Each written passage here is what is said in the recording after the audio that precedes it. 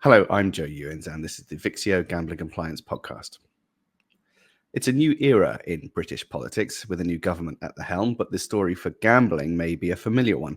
The so-called white paper that outlines sweeping reforms to gambling policy is still yet to be fully implemented, with key areas like financial vulnerability checks and a gambling ombudsman yet to be settled. This episode will touch on all of this and more as we hear excerpts from a recent webinar which I moderated featuring Tim Miller from the Gambling Commission, Sarah Fox from DCMS, along with industry experts Bahar, Alaeddini from Harris Hagan and Dan Waugh of Regulus Partners. It was a fantastic opportunity to hear directly from the decision makers on these absolutely pivotal developments, and I hope you enjoyed listening to it.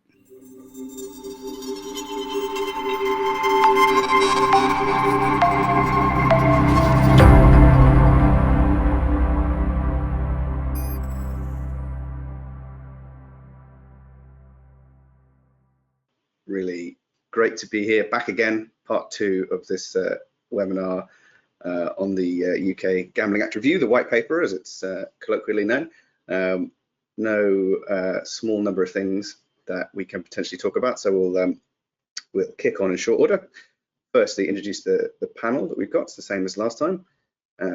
Preeminent voices in gambling. We've got Bahar Alaeddini, a partner at Harris Hagan, Tim Miller, Executive Director at the Gambling Commission, Sarah Fox, who heads up gambling and lotteries at DCMS, and Dan Waugh, partner at Regulus Partners. As Jack said, we're very keen to hear your questions for the panel. I've got lots of stuff to talk about, but try and dedicate as much time as we can to audience questions. You should have somewhere on your screen a little question box. If you type those in, they'll come up and I can field them to the panel. We'll dedicate a bit of time at the end to that as much as we can, try and get through as many questions as we can. You can see the instructions on your screen there. So yes, please, as we go along, do fire in your questions and we'll address them when the time comes. So let's get on with it. It won't have escaped anyone to notice that we are in a new political era in the UK after the recent general election, Labour sweeping to victory, and in the process ending 14 years of Conservative governments. Now, particularly the latter part of those Conservative governments, it's fair to say, came with a fair amount of political turmoil, and that, as perhaps Sarah will know more than anyone else, has several knock-on effects for the white paper, particularly delays, not least because there was a rotating cast of gambling ministers at DCMS. So I think it makes sense perhaps to start, Sarah, by asking, is there a gambling minister now? As of 10 minutes ago when I last checked, there is not, I'm afraid. We're still spinning out portfolios. But I think it's a really good example of the difference between a brand new government, which is really kind of setting up all the mechanisms, all the organisation, all the infrastructure around how they operate, having been in opposition for 14 years, compared to the reshuffles that we've had over the last 3-4 years, where you were effectively getting somebody in with potentially debates in the House or bills to take through on the very next day and having to do those introductions. So it has only been a few weeks. We've had things like the King's speech go in, and there is still a few things. We're hoping it will be in the next couple of days that we'll get confirmation. We've got recess coming up next week, so it's hopefully before then, but there's still a few things to tie down first of all. So you probably can't give us too much of a steer on what you expect Labour to do on gambling, but you have no reason to think that they won't follow through on at least implementing what's left of the white paper. We've got the manifesto commitment that was quite clearly looking at gambling harm and working with the industry on gambling reform. We know from when we published the white paper and all the debates we've had in the House on those that it generally got good cross-party support. So I think we are expecting that sort of carry on. We can't say that it's going to be exactly the same, that it's going to be delivered in exactly the same way or the same timelines or anything like that, because that was obviously the previous government.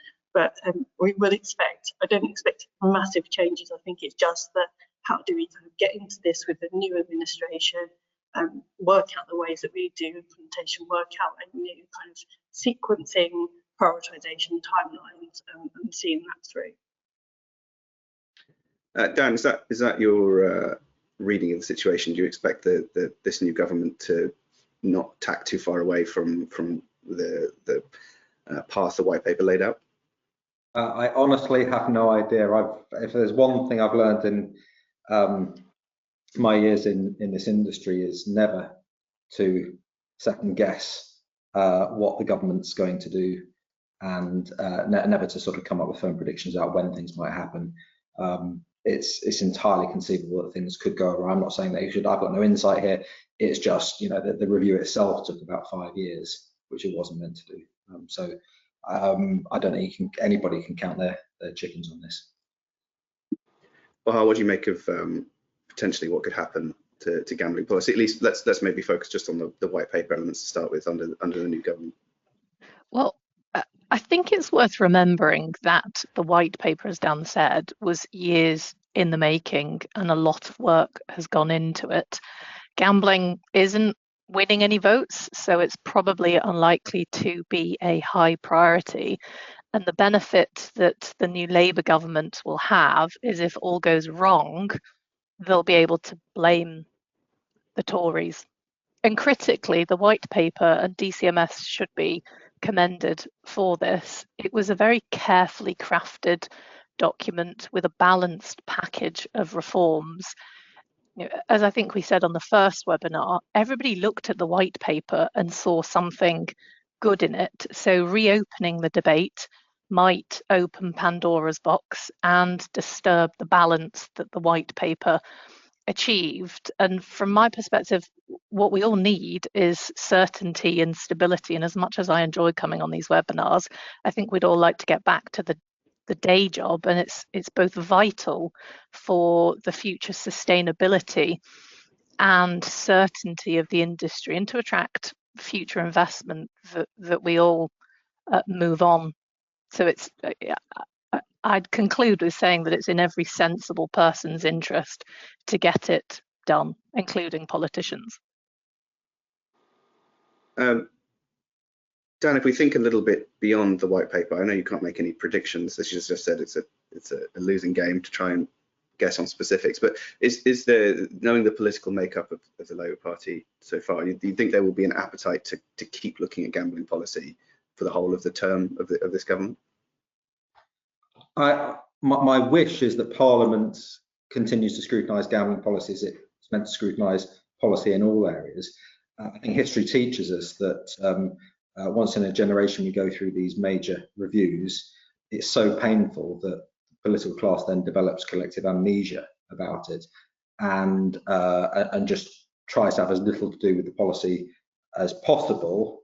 The consequence of that is that then issues perhaps accumulate, and eventually you need another review as a result. I think the other thing, though, my sort of concern about what happens next is less about politicians, and this is not directed at Tim or Sarah, but more about what unelected officials do. And that is because we have a fairly well established public health anti-gambling movement in government, which is centred on the Office for Health Improvement and Disparities, and they are becoming far more active in this space. So, you know, since the Gambling Act, it has been the Gambling Commission's role to make sure that regulations stay up to date. We are now seeing other state departments getting involved.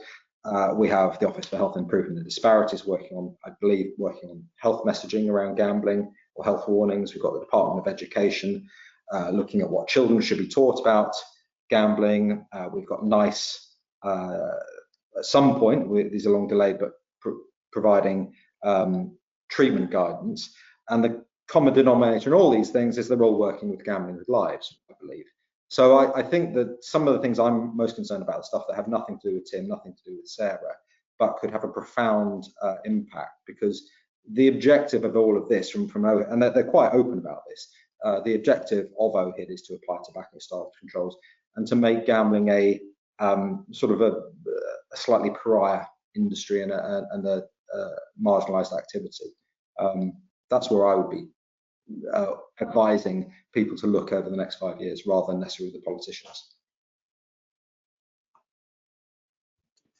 I mean, Sarah, picking up on that, Dan has said it has nothing to do with you in some senses, but you know, your department ultimately is supposed to be responsible for gambling. I mean, how do you manage the kind of diversity of views across government departments? Yeah, so one of the reasons why I think it's helpful for us in DCMS to have the ownership of gambling policy is that we can be looking at all of the evidence and doing the weighing up of various different approaches, and we aren't just kind of coming at it from one angle. So we do have really good working relationships with lots of the big departments, particularly with Department of Health and with Treasury, for example, and obviously with the Centre for Number 10. And there are obviously both informal and formal processes around sign off of policies that go through. Those won't change in terms of getting right round clearance and ministerial clearances before things are published. Now, those only apply to central department publications, and there are broader kind of parties that will publish things that we don't always have that foresight or control over, but we do make it our point, and I know that Tim and the Gambling Commission do the same of checking in, even if it's post-publication, where we think things maybe should have come through us first or checked or needed maybe a slightly different positioning. I think one of the interesting things will be how the new government's mission boards work, given one of those is on prevention. And a lot of what the Labour manifesto said and the speeches said was that things like prevention are not just something that the Department of Health can do on its own. And actually kind of the new health secretary has been very clear that most of the levers are actually kind of outside of his department's work in terms of having a healthy kind of country. It's not necessarily about the kind of health system, it's about all those other factors. So I think it'll be interesting to see if those mission boards are a way of getting a bit more cross-government, genuinely cross-government working on these issues, where we are kind of thinking across the piece and looking at much broader issues coming together and balancing out the trade-offs that we all have to make as well when we think about government policy. Tim, do you feel the pressures of different government departments weighing down on you? How do you manage the different perspectives? I mean, not particularly. Obviously our primary relationship with government is with DCMS as our sponsored team, and I think in particular over the course of the white paper we've worked increasingly closely together. I think increasingly well together, I have to say, from a sort of slightly personal perspective. I think for us, our focus is on regulation and the role that Parliament gave us as a regulator. We recognise that gambling as a policy issue covers a whole range of areas, but I think we've got a very clear job to do. I have some sympathy with Bahar's sentiment of can we all kind of get on with our day jobs, and what that has meant is in recent times some stakeholders in the gambling ecosystem feeling frustrated that they don't get kind of time with Gambling Commission, to some of those in the sort of the treatment space. But I think we're very clear, our focus needs to be on delivering our statutory role. And whilst we're interested in what happens in some of those other areas, particularly if it provides us with useful data and insights to inform our regulatory role, it's not for us to be directing or trying to design how treatment systems work or things like that. So all of that points to our primary relationship continuing to be with DCMS. Understood. I want to hit on some of the kind of key issues that are still to be resolved in the white paper. One of them is changes that would allow casinos to have more machines, and there's also cashless play. Tim, what remains to be done there in terms of getting that across the line? So I mean, this is probably one primarily for Sarah, because I think we have a support role here in terms of setting out the appropriate kind of regulations and protections that might need to be in place when some of those come in. But most of those sort of changes, particularly in the land-based sector, will be driven by statutory instruments. So clearly we've been doing our thinking for some time as to what we will need to do to support that, have been engaging closely with operators and others in the industry to understand what their expectations are, make clear what our expectations would be as well. But we will be waiting for those relevant statutory instruments if that's what the new government decides. Sarah, could you pick up on that? Yeah, sure. So on the land-based bonds, so we got to a place of the previous government where we published the consultation response, set out what we were going to do. We were quite close to laying some of the statutory instruments before the election happened, but then with the election happening, that does pull to a halt kind of all the parliamentary work. So generally over the course of the kind of pre-election period, it really was only kind of anything that's in the national interest or that kind of really high bar that was getting through Parliament.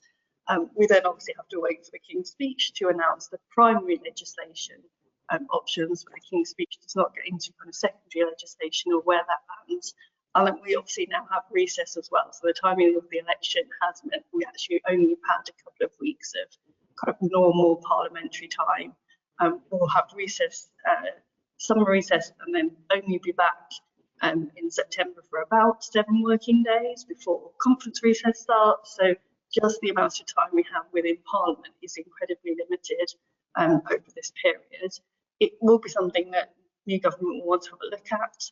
There is the kind of option of being able to drive delivery quite quickly on these things, with the parliamentary time being the kind of the main barrier there. But equally, they may want to look at some of those decisions, and it will be within new government, new ministers' rights to kind of want to have conversations with stakeholders, really understand the real world impacts of these things before kind of confirming or changing those decisions. Equally, if they want to really prioritise delivery, we could go quite quickly once we get parliamentary time. So it's kind of 2 options there really on implementation. Okay, thank you very much. Let's move on and talk about affordability, not the official name anymore. Has lots of different names for different varieties of financial checks done on gamblers to ensure they can afford their gambling. Tim, we're in the middle of a pilot for financial risk assessments, the more intensive, if that's the way you want to look at it, checks that may be required for some consumers. What can you tell us about the pilot? Can you give us any update on how it's going? Yeah, cool. So, I mean, the first thing that's probably worth saying, just to your kind of introductory point there, is that what we're working on here is not affordability checks just with a different name. I know a lot of the reporting kind of still uses affordability checks like it's kind of interchangeable. They are actually very different things. The original idea of an affordability check was to check whether an individual's gambling at the level they were doing it would be affordable for them. That isn't what we're trying to achieve here, and it won't be what it will deliver. What financial risk assessments are about doing is providing information to operators that will help them identify whether for consumers there are particular risk factors in the financial space that they need to be taken account of in their kind of interactions and their dealings with that customer. And they are 2 very different things. And this isn't just being pedantic around terminology. They are intended to achieve different things. And I think it's important to place the work in that context. The pilot itself properly will get underway towards the end of August. But leading up to that, we've been having a lot of engagement, particularly with those operators that will be a part of the pilot, to kind of understand what they will need to work successfully on this. We've been continuing the engagement with the financial services sector as well. And I think they've been really kind of positive conversations, in many respects kind of reflective actually of the whole sort of consultation process we've had since sort of April of last year, where I think there has been a genuinely collaborative effort between a kind of whole range of different stakeholders. And I think particularly give credit to the way that industry has sought to engage both with our consultations and with the pilot.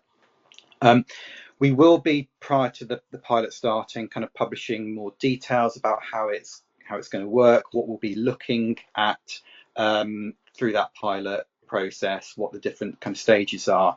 Then obviously as the pilot progresses, sort of we'll be providing appropriate updates sort of as that goes forward, so that people understand sort of how it's all going. So as we move into the autumn, that's when the work will really get underway on the pilot. But things are looking positive for that to be a really valuable exercise.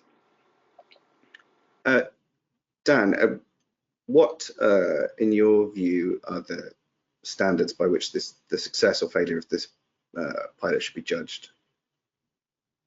I don't know. I think that's Tim's job. I think what would be helpful is I don't think we've yet seen the criteria by which the pilot will be assessed. And given it's getting quite close, I would have thought we would want to see that pretty soon. I think also, was it 7 years ago, under the Gambling Commission sort of encouragement, I guess, the old Responsible Gambling Strategy Board produced an evaluation protocol. And this was for licensees so they could evaluate the effectiveness of their measures around harm prevention and things like that. That suggested that, where things were sufficiently important, evaluation should be independent and external. I would have thought this falls into the category of something that is sufficiently important that the methodology for evaluation is not simply published in advance and published very clearly, but that the process for evaluation is made transparent, and that a genuinely independent party comes in to evaluate it. I think there is potentially a deficit of trust around some of this stuff with the Commission. Justifiably, in my opinion. I suspect Tim will have a different view, but I think there are some issues of trust around this. I really think the pilot should be conducted. It should be evaluated by an independent third party. Tim, any thoughts on that? Yeah, so I mean, I think it slightly misunderstands what the purpose of the pilot is.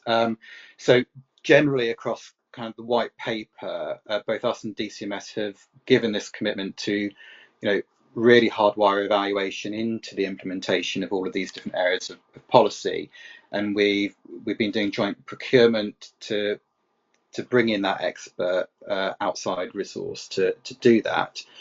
The pilot, I think, is serving a slightly different purpose, and I would distinguish between kind of evaluation with a capital E for how kind of policies have worked once they've been implemented, and what we're trying to do here with the pilot. For us, this is not a kind of a pass-fail assessment. We're not going to come to the end of the pilot and say, yes, the pilot in isolation absolutely tells us that, yes, we should go ahead, and no, we shouldn't. I don't think it will immediately trigger kind of a decision in that way. There's a whole host of information we need to do. We need to decide whether after the pilot, further work is needed.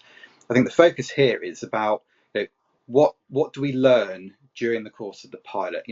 How helpful have operators themselves found the information that credit reference agencies are providing?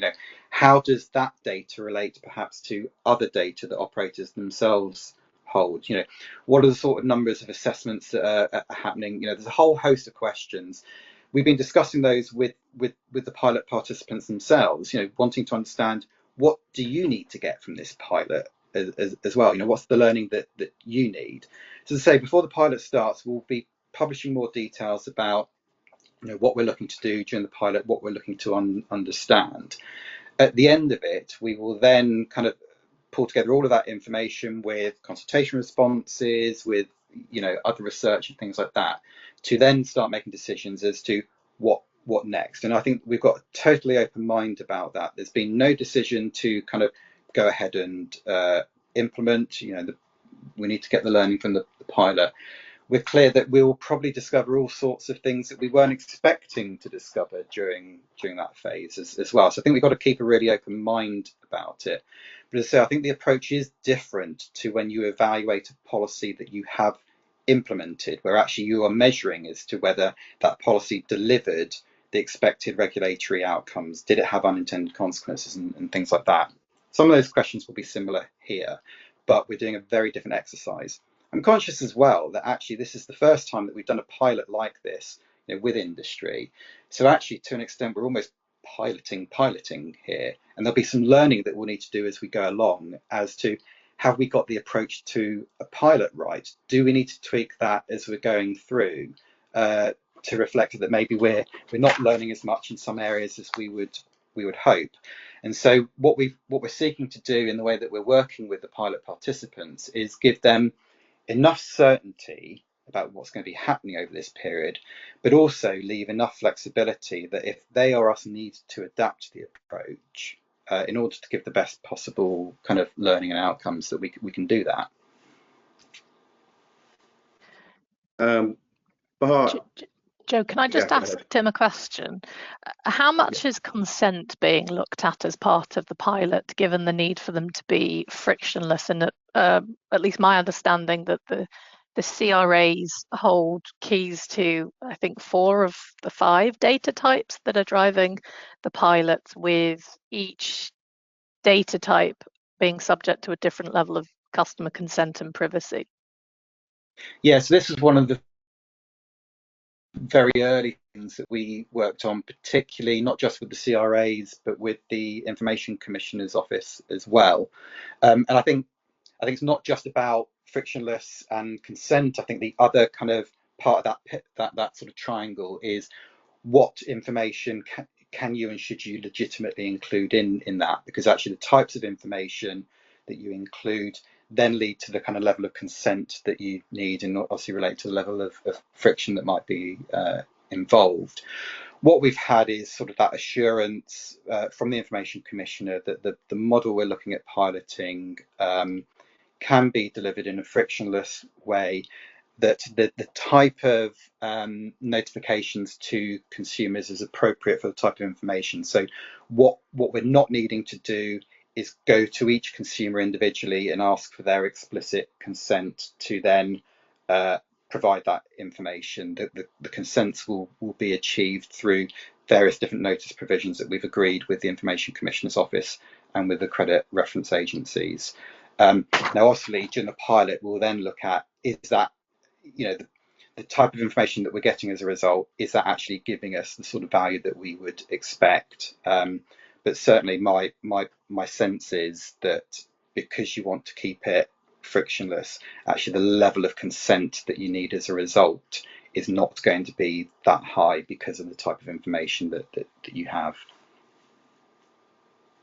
Can I add one more? Yes, sure. And I'm in the realms of rumour and scuttlebutt here, but what we've been picking up is that the Gambling Commission has said, yes, we're doing this pilot, and yes, the BGC's introduced a code, but you're as you were in terms of what you were previously expected to do. So this whole area has been positioned as a sorting out a patchwork quilt of approaches to checking for financial vulnerability that differs across the industry. My understanding is this patchwork quilt is still there. It's very much there. And I wonder how that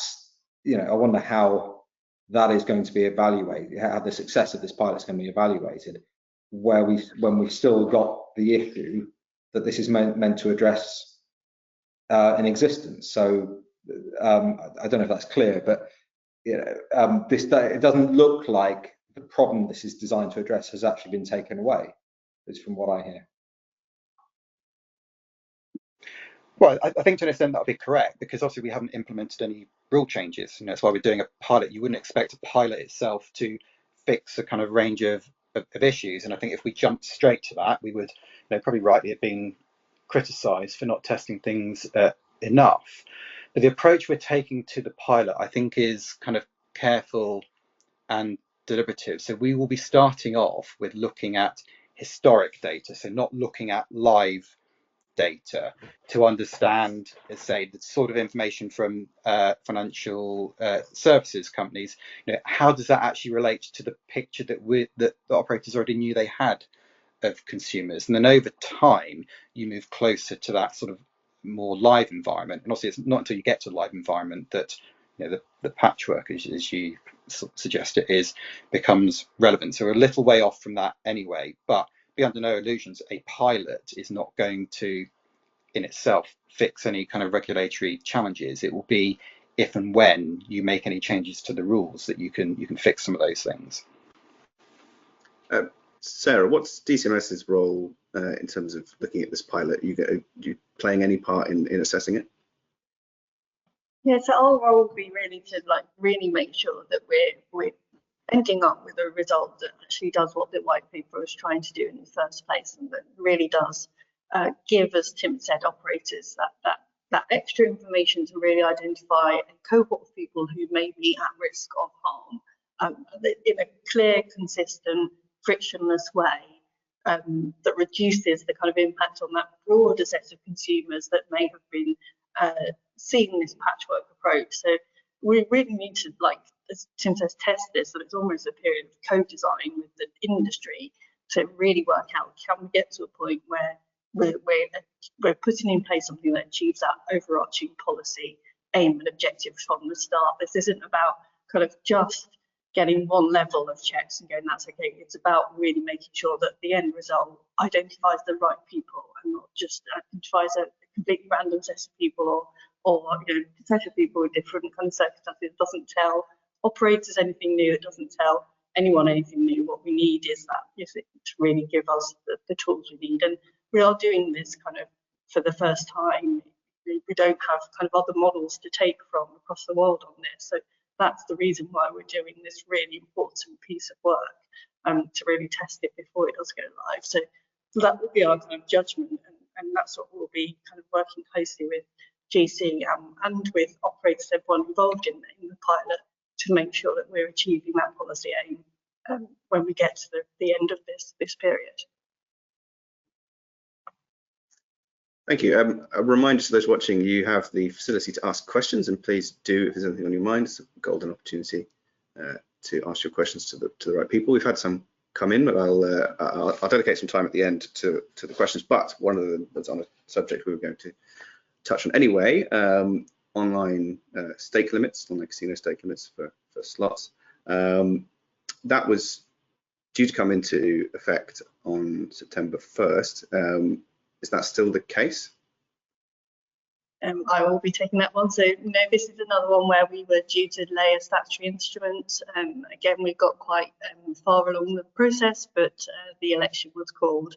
And so we do need to kind of just go over that again with new ministers, check they're comfortable with the position that the consultation resulted in, see if they want to make any changes. If they don't, then we can again move quite quickly on that, but it will be it's not really a delay because it's nothing that any of us could have predicted or done anything about, but it is just working through the process and finding the right parliamentary time, finding the right sequencing of when to do that, prioritisation of things to do that. But it is one that we are fairly ready to go if ministers choose to do the same policy outcome that we looked at. And as we said before, all of our aims within the white paper were to take an evidence-based approach so that those decisions could be robust and would be hopefully appealable to kind of whatever new government came in, but we do need to go through that checks.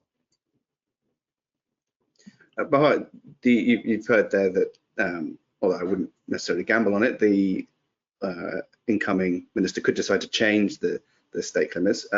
Maybe that won't happen this time, but could they change into the future, do you think? Well, subject to what Sarah said about the new government, DCMS's response states that there will be future opportunities to review and, if necessary, adjust the limits. Now, it doesn't say which direction, but hopefully it will deal with both directions on the basis that £5 today is not going to be worth £5 in 10 years' time. And hopefully what that means is that the regs will include a mechanism to deal with the impact of inflation, for example. Sarah, is that something that's been considered, the inflationary increases for stake limits? I mean, the fact that we have those secondary powers, so we do have the powers to be able to change those limits. Whether we need to say something explicitly, we will explore, but we do have the powers to change them, and we have the process to do that in the future. Okay, let's talk briefly about the survey that's coming.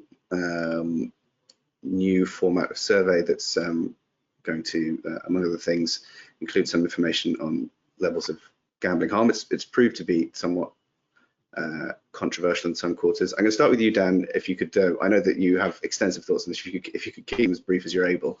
But what are your concerns about? Perhaps you could say what this report is, if anyone watching is not clear, and then what your concerns are. Okay, I'll do my best, and Tim can correct if I get it wrong.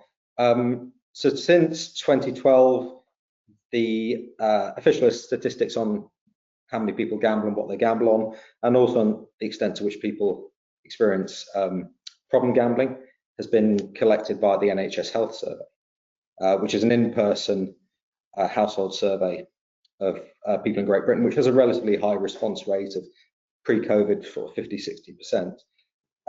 That is now being discontinued as the source of official statistics on gambling and replaced with something called the Gambling Survey for Great Britain.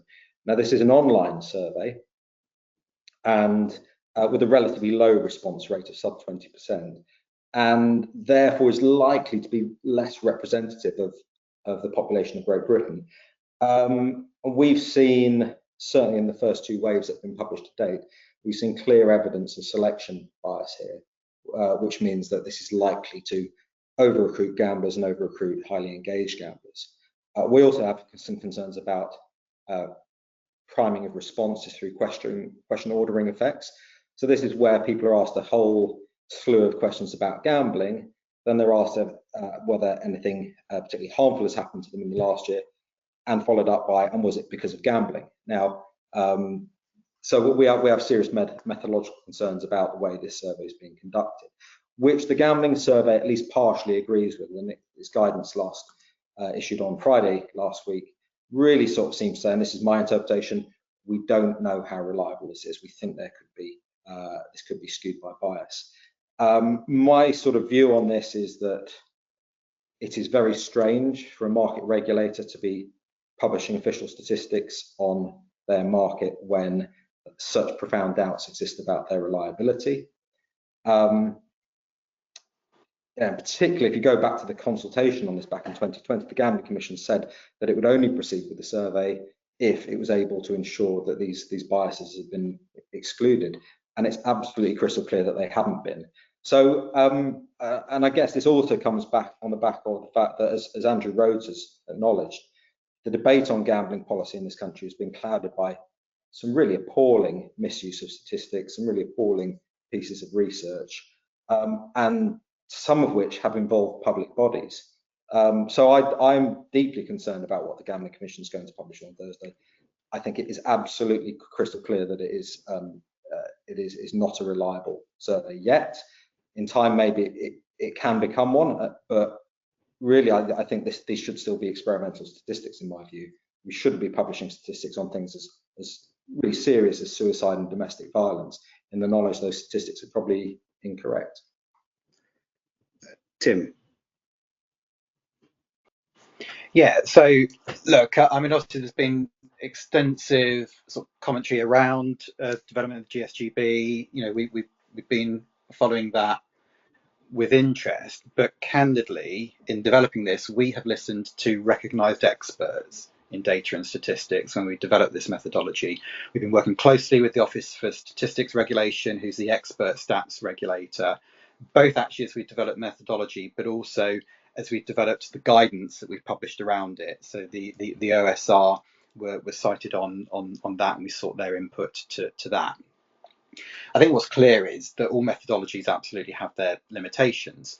I think the difference here is that we are being very open and transparent about what the GSGB's current limitations are. I think that stands in contrast to kind of quite how kind of open and transparent you know, a range of people can be about the limitations of their own methodologies. I think as well, when you look at the health survey, which, you know, as Dan said, had historically been used for developing this, that is not without significant issues now. You know, the sort of challenges we face with that is there's no guaranteed space on those health surveys, and there's not been a consistent way of collecting that data across the three nations in Britain. There's huge inflexibility for us to be able to update the questions, particularly things like the list of activities on the gambling participation list, which have not really kept pace with the reality of what consumers actually gamble on. There's a long period of time between when the data is collected and when it's published. So, you know, in a fast-moving world that we've got at the moment, that gives us a challenge with having up-to-date data. You know, Dan had mentioned sort of pre-COVID, response rates of about 59% for the health survey, but they have been falling, and in 2022 it's down to 32%. So those rates are dropping. I think the other thing is, on the point around the risk of bias, there's always a risk of bias in any methodology, and actually the health survey is not without that because of the way that it's carried out. A range of people have identified the potential for social desirability bias, given that there's an interviewer present in the room when many people are completing that. And I think all of that has led to sort of being some of the reasons why the NHS themselves are consulting on a methodology change around the health survey. And it's likely, looking at the direction of their consultation, that they're going to be moving to a push to web method, which is what we're using for GSGB. So, as I say, it's sometimes presented that there are challenges with the GSGB method, but there are no challenges with what we had before, and that's simply not true. I think the difference for us is that we had very little scope to try and ourselves as a regulator address those limitations in the health survey methodology, which is why we've developed a separate one ourselves. And I can understand why people may kind of raise questions about why the data is being published from GSGB. Those same questions are not being raised about why a health survey is publishing data, when there are, I think, as a set out, limitations there. The key thing for us is making sure that we're being open and transparent in the guidance that we've published about how you can use the data, how you can't, what the limitations are. And we've been very clear that where people misuse the GSGB data, as indeed they've done with the health survey data before, we will challenge that in an appropriate way, up to and including, if necessary, making referrals to the Office for Statistics regulation. And we've had some examples in just recent months where we have been taking those sort of approaches, and that will certainly continue if there's further misuse of those official stats. But I'm certainly confident that as we continue to develop this will become the new kind of gold standard. I think we're investing a significant amount in continuing to develop this methodology, but I do think it's right that we publish it, but publish it with those appropriate caveats as to how you can and can't use it. Okay, and I'm aware that we could talk about this for a long time, but I'm going to move us on to another subject in the interest of time. The Ombudsman. It was announced at one point that we would hopefully have an Ombudsman in summer 2024, but that's clearly a little way off. Bahar, if you could start us off by talking about the challenges maybe left to overcome. Before we talk about the challenges, can I just explain what the Ombudsman is? Because I'm conscious that we've not talked about the Ombudsman on a previous webinar, and there really isn't that much out there for our listeners to read about the Ombudsman, and it really is one of the cornerstone proposals of the white paper. So the Ombudsman is the formation of an independent, non-statutory, free-to-use for consumers ombudsman. And in my view, it's plainly a very good concept. It's designed to improve consumer protection and ensure fairness for consumers relating to SR complaints only for both sectors. Courts consider lawfulness, whereas the Ombudsman is much broader. It's about resolving complaints, poor service, unfair treatment, and so on. In the UK, we have about 10 private ombudsmen, and the gambling ombudsman would be a private one. And the other reason why it's plainly a good concept is that it was a welcome acknowledgement from government on the important division between regulation, which is conducted by the Commission, and dispute resolution. So whilst the Gambling Commission does have the power to investigate complaints, it's only with a view to commencing a licence review. It cannot adjudicate on complaints, which leaves consumers in a tricky situation. So when the white paper was published, the BGC was tasked with creating a code which was designed to set out the foundational framework of the Ombudsman. It's not been published yet, and That therefore means that we won't be up and running by this summer as set out in the white paper. And I guess we're probably looking at into 2025. So to answer your question in terms of the challenges, firstly, the Ombudsman is reserved for SR issues only, meaning that ADR providers remain. One option available may be to streamline the consumer experience and let them come through one door, with the Ombudsman farming out SR, non-SR disputes and them dealing with SR themselves. Then secondly, in my view, it raises lots of knotty issues. For example, in trying to balance the rights of consumers, not opening floodgates. Will we have a sensible retroactivity time limit? In my view, it should be about 12 months. Will there be a maximum cap on the financial award that may be payable? How will justice be achieved for both the consumer and operator? Why am I talking about justice? Well, justice is one of the important principles that lay behind Ombudsman, and it's key to achieving quality outcomes and promoting the integrity of the scheme. Who will be able to refer a dispute? What I think is the most difficult issue is how the Ombudsman is going to navigate excessive or unaffordable gambling, which must be, at least in my view, considered in the context of each case based on the requirements placed on the licensee at the relevant time of the fact pattern. And as we all know, those requirements are complex to navigate and, at least currently, are often subject to change. And then finally, on a more administrative level, once the successful candidate has been identified, there'll be all sorts of questions that need to be answered in terms of funding arrangements, how it's going to be funded, how licensees are going to be compelled to pay into the scheme, the time that it's going to take for the successful candidate to build new, robust policies, procedures, and processes. Even if it's IBAS, there's still a really steep learning curve that lies ahead, because at the moment they only consider a relatively small percentage of SR disputes, and then the successful candidate's got to recruit the staff, train them. Is there going to be a test phase? So there's lots of different challenges, but it's in short, it's a really good concept, and I think it's in the interests of both consumers and operators.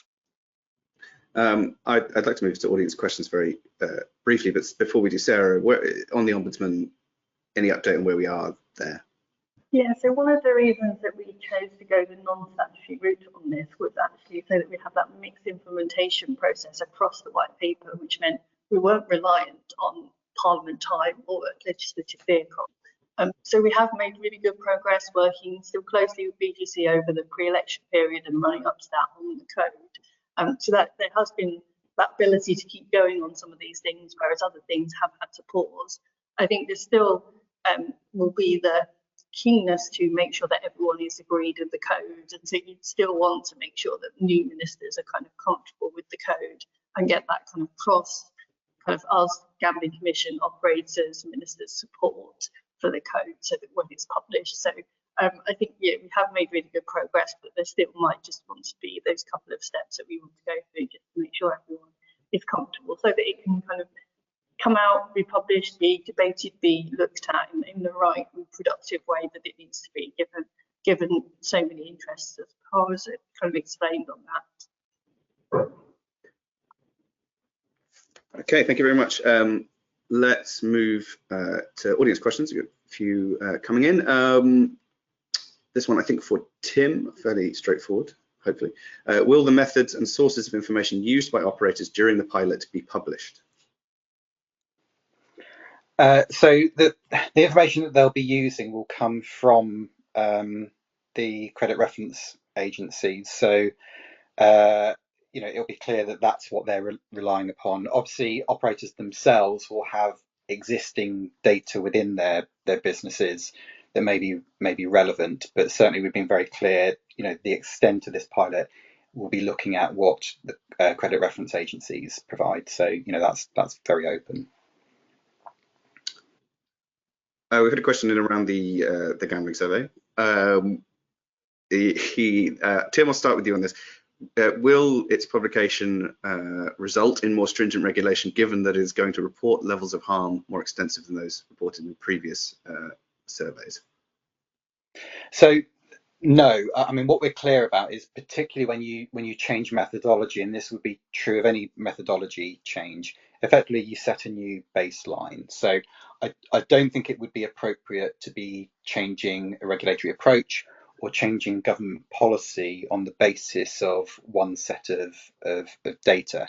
Now, over time, as the methodology develops, as we start to build a trend in the data, then clearly you will start to assess that against the entirety of the evidence base and say, where does that lead you in terms of public policy and regulation. But I think we are quite some way off from GSGB being used in that way.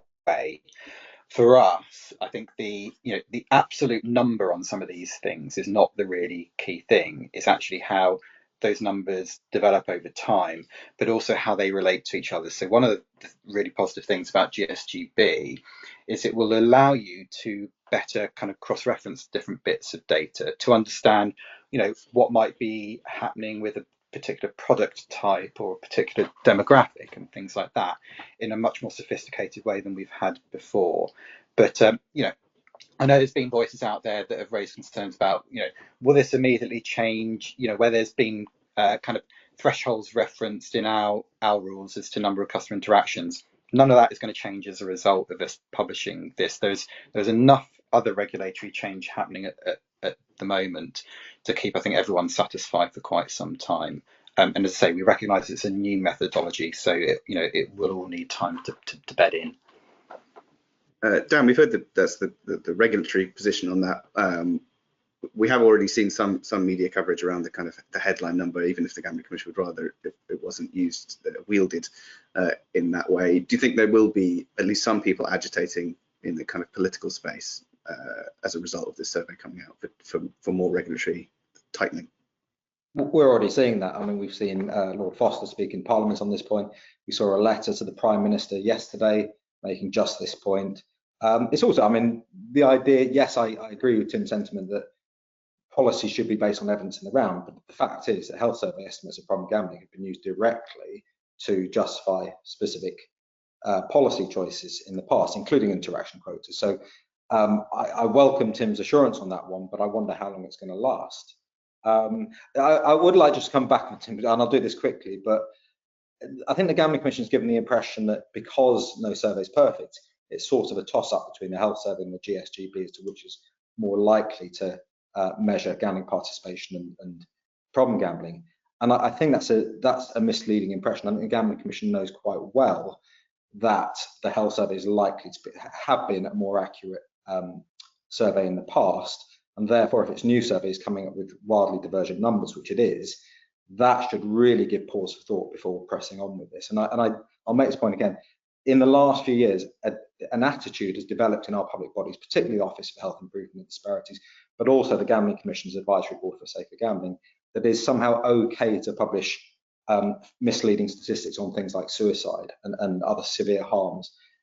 It's not okay. It should never be okay. We have to be really, really careful with these sorts of statistics. And I honestly, I know it's too late, but I really question the Gambling Commission's decision to press ahead with publishing such emotive statistics. Particularly when we'll see next year with the Adult Psychiatric Morbidity Survey, a survey which could well show that the Gambling Commission has been publishing misleading statistics. I wonder what will happen to trust in the Commission if that comes to pass. Tim, anything to say on that? Look, as I say, there's a whole range of views here. The experts that we've worked with, despite, if you take someone like Patrick Sturgis, for example, really eminent in this field. Yes, he's absolutely identified areas where we need to kind of strengthen and test this methodology further. But we did also ask him the specific question as to whether he thought it was right for us to go ahead and publish notwithstanding the areas that he felt that we need to look at further. And he was clear with us that it was appropriate. As I say, we've also been working with the Office of Statistics Regulation, who, you know, are the expert stats regulator, and we've actually invited them to do some further work with us afterwards as well to continue giving that assurance. So I'm comfortable. As I say, I don't suggest that it's perfect at all. There are limitations in it, but we are being very open and transparent about that, and we will also be very robust with people where they misuse that data. And I think that's the right way to approach things. The more important question, which, you know, I think Dan sort of touched on this as well, is I agree. I think certainly in the past there were times when the headline rate of problem gambling was used sometimes in isolation to be the definitive kind of test as to whether you do something or don't do something. I just don't think in kind of going forward that approach is appropriate. And you can kind of see where we are on this through the way that we delivered our advice to government around the Gambling Act review, where what we actually did for the different policy areas was do an overall assessment of the evidence base, you know, the strengths, weaknesses, the gaps, and so on. We were not relying on any one particular source of evidence to give a kind of definitive view, because I just don't think that leads to the best possible policy making or regulatory change. You need to layer the different types of evidence and data that you've got to form a much more rounded picture. You know, both the qualitative stuff that you get in things like GSGB, the quantitative stuff in GSGB, but I think also importantly the qualitative stuff that we get through, you know, through consultations, through, you know, the quite extensive panels that we do with consumers and others as well, and that gives you a much richer picture to inform your policy making. Okay, I'm going to try and squeeze one more audience question in before I ask a closing question. I think this would be for Sarah. We haven't really had any time to talk about the levy, unfortunately, but someone's asked a question about charity lotteries. In terms of charity lotteries, the questioner says, many are concerned the gambling regulation coming in will limit the amount they can raise for good causes. They say these kinds of lotteries don't really cause gambling harms. Is there any update on discussions the department has had on zero rating the required contributions from charity lotteries under the gambling levy? So as with the whole of the statutory levy, we did the consultation. That consultation is in theory still kind of outstanding. We didn't publish a government response. And again, it will be one of those areas that we definitely want to kind of go through with new ministers in quite significant detail, given it is a real shift in the landscape that we have around gambling. And we'll want to go through all those different factors and choices that ministers will need to make, including all of the evidence. And if you say that broader kind of, we're not just looking at, you know, can we get to a set number with this levy? It is the much broader implications that it will have, and obviously kind of good causes mean a lot to us in our wider DCMS responsibility, but equally we need a system that is consistent and robust, and we can kind of explain why, and we've got really clear kind of reasonings as to why we've made the decisions that we need to make, clearly evidence-based, based on kind of the consultation responses and everything else. So we'll need to go through those discussions with ministers at the right time. All right, I'd like to thank you. I'd like to close the name of this webinar was What's Next. So let's imagine a scenario, if you can conceive of it, where everything laid out in the white paper is dealt with. On your either wish list or prediction, you can have either what you want. 30 seconds. What would you think the next thing that regulators and legislators will be looking at for gambling? Bahar, I'll start with you. Well, I think it depends entirely on when the journey of the white paper ends, but probably advertising, suicide, and whatever comes out of the gambling ombudsman, which could be a duty of care to customers. Tim, the future? So more a plea than necessary expectation. Yeah. I think there needs to be a period of just kind of calm and a bit of stability, actually. Lots of regulatory change coming through. That's all good stuff. But we then need to have a period where we properly evaluate, understand the impact it's had before we move on to doing the next thing. Sarah? I think very much the same thing, that period of stability, I think, to really kind of test what's worked and where there might be kind of pressures to do things differently. I think we do know that we will always have kind of noise, particularly around advertising. As you said, that's definitely an area that we know kind of external people will want to go further, and where other jurisdictions have gone further purely on a political decision. So actually being able to test those kind of international changes as well, and to really see the impact of those will be quite interesting and quite helpful as well, I think. Okay, Dan. I mean, my hope would we somehow, I echo the thoughts about stability, but my hope would also be that we find a way back to being able to discuss these issues honestly. It has been such a mendacious debate on all sides, but I mean, particularly on from the public health establishment, which has behaved appallingly throughout this process, maybe with the best of intentions, but utterly appallingly. And I think we need to find a way back to honesty, and that may require whether it's the Gambling Commission or some other body actually being far more firm in insisting that people do not make things up. The levy could do enormous damage if it's used to fund misinformation. It could also do enormous good if, for example, you don't receive funding if you've been shown to be providing misleading information in the past. I think if money is given out of the levy to some of the organisations that have corrupted the debate on gambling policy in this country in the last few years, then I think we should be very, very worried indeed. Okay, Bahar, Tim, Sarah, and Dan, thank you very much indeed. Before we close, I'll hand us back over to Jack for some final words. Thank you to all the participants for making that such a great session. For the latest on the white paper as the situation develops, do stay tuned to Gambling Compliance, and to keep up to date on what other webinars we have coming up, take a look at vixio.com. I wanted to share a little update on how we're releasing the podcast these days. As you probably know by now, we have a video version as well as an audio one, which you can find on YouTube and Vimeo. You'll also be able to see it on LinkedIn. The audio version of the podcast will go up first, and then 24 hours later, we will be launching the video every episode on LinkedIn with a live watching event. So to be the first ones to see the video episodes, do follow Vixio Regulatory Intelligence on LinkedIn. That's all for this week. Thank you very much for listening or watching. Goodbye.